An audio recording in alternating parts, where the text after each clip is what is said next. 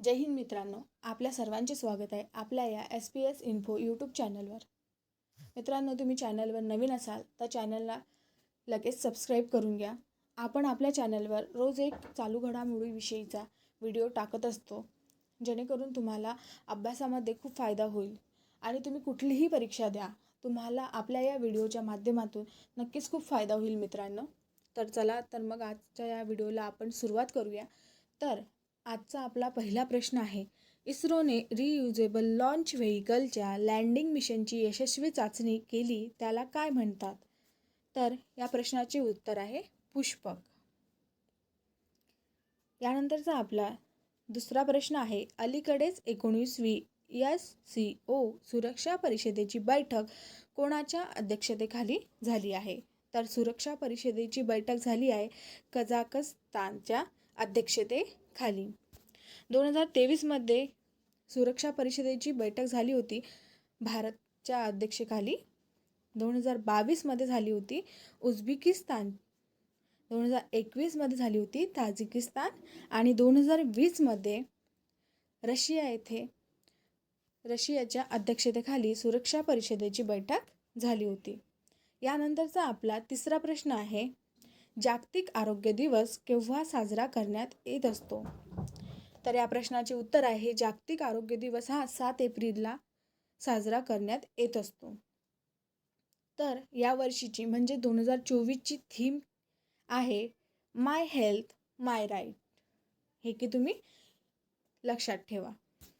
असं तुम्हाला पेपरमध्ये विचारू शकतात, प्रश्न घुमून फिरून विचारू शकतात, तर तुम्ही लक्षात असू द्या. याच्यानंतर चौथा प्रश्न आहे, 10,000 मेगावॅटची अक्षय ऊर्जा क्षमता गाठणारी पहिली स्वदेशी कंपनी कोणती बनलेली आहे? तर 10,000 मेगावॅटची अक्षय ऊर्जा क्षमता गाठणारी पहिली स्वदेशी कंपनी बनली आहे. त्या कंपनीचे नाव आहे अदानी ग्रीन एनर्जी लिमिटेड. यानंतर आपला पाचवा प्रश्न, जागतिक आरोग्य संघटनेने generative artificial intelligence digital health promoter launch केले. AI डिजिटल हेल्थ प्रमोटरचे नाव काय आहे? तर या प्रश्नाचे उत्तर आहे सरह. यानंतरचा आपला सहावा प्रश्न, DRDOने कोणत्या राज्यामध्ये चाचणी केंद्र स्थापन करण्याचे काम सुरू केले आहे? तर DRDOने पश्चिम बंगाल राज्यामध्ये चाचणी केंद्र स्थापन करण्याचे काम सुरू केलेले आहे. मित्रांनो, DRDOचा लॉंग फॉर्म, DRDOची स्थापना केव्हा झाली, आपण हेच DRDO बद्दलची सर्व माहिती आपल्या या कालच्या व्हिडिओमध्ये टाकलेली आहे. तर तुम्ही कालचा व्हिडिओ पाहिला नसेल तर कालचा व्हिडिओ पाहून घे जा. याच्यानंतर आपला सातवा प्रश्न आहे, जागतिक पहिल्या पोस्टल स्टॅम्प कॉपर स्टॅम्पचा 250वा वर्धापन दिन नुकताच कोठे साजरा करण्यात आला? तर बिहार येथे हा जागतिक पहिल्या पोस्टल स्टॅम्प कॉपर स्टॅम्पचा 250वा वर्धापन दिन साजरा करण्यात आला आहे. चला तर बिहारबद्दल काही पाहूया. तर बिहारची स्थापना झाली आहे 22 मार्च 1912ला. मुख्यमंत्री आहे नितीश कुमार. बिहारचे राज्यपाल आहेत राजेंद्र विश्वनाथ आर्लेकर. त्याच्यानंतर बिहारची राजधानी आहे पटना. राष्ट्रीय उद्यान आहे वाल्मिकी, राजगीर, कान्वर. ही 3 राष्ट्रीय उद्यान बिहारमध्ये आहेत. आणि महत्त्वाची धरणे आहेत इंदापुरी. यानंतरचा आपला आठवा प्रश्न, फोर्ब्सच्या 38व्या वार्षिक जागतिक अब्जाधीशांच्या यादीत 2024मध्ये टॉप 10 जागतिक अब्जाधीशांच्या यादीत एकमेव भारतीय कोण आहेत?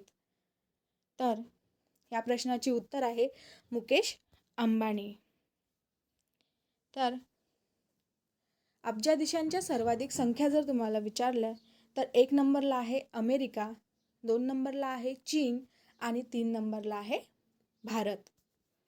यानंतर जर तुम्हाला असे विचारले की भारतामध्ये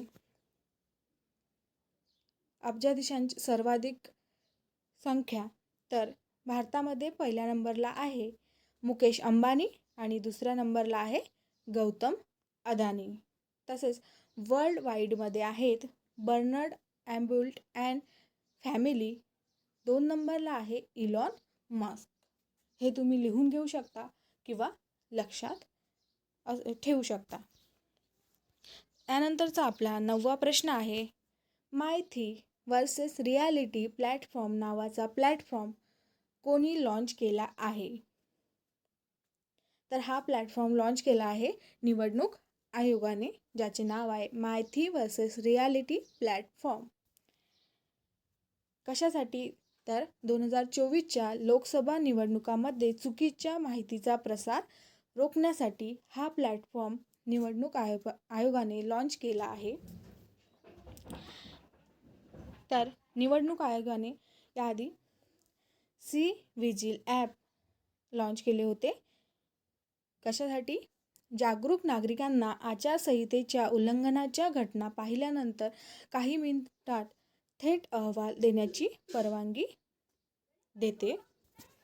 त्याच्यानंतर सक्षम ॲप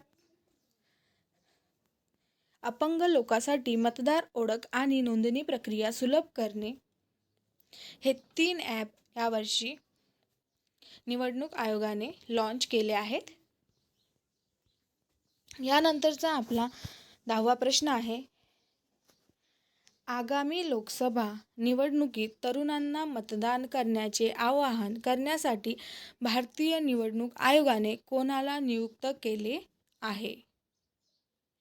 तर या प्रश्नाचे उत्तर आहे आयुष्मान खुराना. जे की आपली आजची 18वी लोकसभा निवडणूक आहे. त्याची टॅगलाईन पण लक्षात ठेवा मित्रांनो. इथे टॅगलाईन आहे, चुनाव का पर्व देश का गर्व. 18वी लोकसभा निवडणुकीची टॅगलाईन. याच्यानंतरचा आपला प्रश्न, अहोबिलम मंदिरात येणाऱ्या यात्रेकरूंवर निर्बंध लादण्यात आले आहेत. अहोबिलम मंदिर कोठे आहे? तर अहोबिलम मंदिर हे आंध्र प्रदेशमध्ये आहे.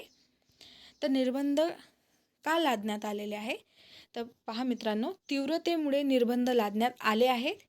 तिथे उष्णतेच्या लाटा, ज्यामुळे वन्य प्राण्यांच्या हालचालीवर परिणाम होऊ शकतो, यामुळे मंदिरात येणाऱ्या यात्रेकरूंवर निर्बंध लादण्यात आले आहे.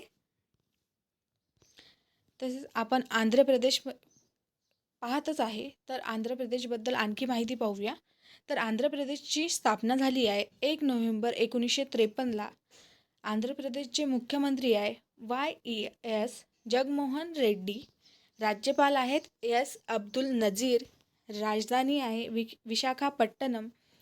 आणि राष्ट्रीय उद्यान आहेत व्यंकटेश्वर, पापीकोंडा, राजीव गांधी राष्ट्रीय उद्यान.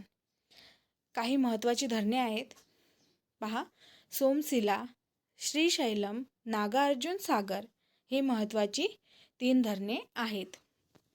यानंतर इथे एक स्पेस सेंटर आहे, त्याचे नाव आहे सतीश धवन स्पेस सेंटर, जे की श्रीहरिकोटा या ठिकाणी आहे.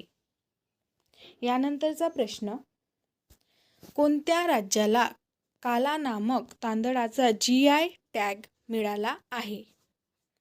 तर उत्तर प्रदेश या राज्याला काला नामक तांदळाचा GI टॅग मिळाला आहे. यामधला काही पॉईंट आहे ते पहा. अलीकडेच भारत सरकारने भारतातून 1000 टनापर्यंत काला नामक तांदळाच्या निर्यातीला परवानगी दिली आहे. यानंतरचा आपला प्रश्न, अलीकडेच कोणत्या देशात 7.2 रिश्टर स्केलचा भूकंपाचा धक्का बसलेला आहे?